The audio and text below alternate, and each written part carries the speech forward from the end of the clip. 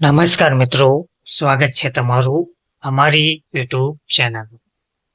મિત્રો, પડતર પ્રશ્નો મુદ્દે આંગણવાડી બહેનો એ પોતાની આંગણવાડી છોડીને રસ્તા પર ઉતરી વિરોધ કરી રહ્યા છે. આ વિરોધને કારણે સરકારને તેમના પ્રશ્નોનું નિરાકરણ લાવવા માટે મજબૂર કરી દીધા છે. પડતર પ્રશ્નો મુદ્દે સત્યાગ્રહ છાવણીએ હોબાળો સૂત્રોચ્ચાર કરવામાં આવ્યા. બહેનો આંગણવાડી છોડીને રસ્તા પર ઉતરી વિરોધ કર્યો. મંત્રીને આવેદનપત્ર આપ્યું. પ્રશ્નો નહીં ઉકેલાય તો આંદોલન પણ વધુ ઉગ્ર બનાવવાની વાત પણ કહેવામાં આવી રહી છે. સરકારની નીતિઓ સામે વિરોધ પ્રદર્શિત કરવા રાજ્યના આંગણવાડી કર્મચારીઓ ગાંધીનગરમાં એકઠા થયા હતા.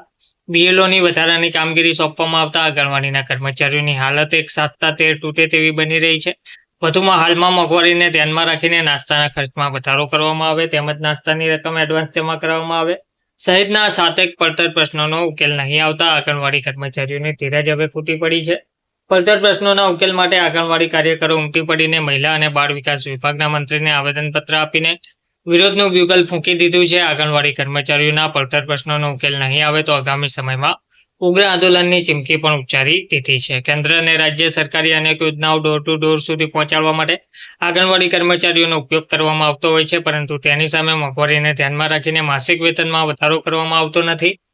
તેમજ કાયમી મોંઘવારીમાં આંગણવાડી કર્મચારીઓની આર્થિક હાલત કફોડી બની રહી છે. આંગણવાડી કર્મચારીઓને હવેથી બીએલઓની પણ કામગીરી સોંપવામાં આવતા નારાજગીનો જ્વાળામુખી ફાટી રહ્યો છે.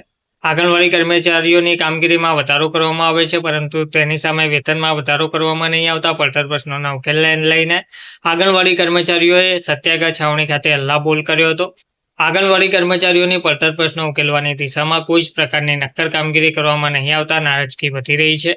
આંગણવાડી કર્મચારીઓના પડતર પ્રશ્નોમાં બીએલઓની કામગીરીમાંથી મુક્તિ આપવી અને આઈસીડીએસ સિવાયની કોઈપણ કામગીરી નહીં કરવાના આદેશનું ચુસ્ત પાલન કરાવવાની માંગણી કર્મચારીઓમાં ઉઠી રહી છે. વધુમાં એમએમવાયનો સ્ટોક આંગણવાડીના કર્મચારીઓને છેલ્લા 4 વર્ષથી પોતાના ખર્ચે લાવવાની ફરજ પડી રહી છે, પરંતુ સ્ટોક આંગણવાડી સુધી પહોંચાડવામાં આવે અથવા તેનું મહેનતાણું આપવું.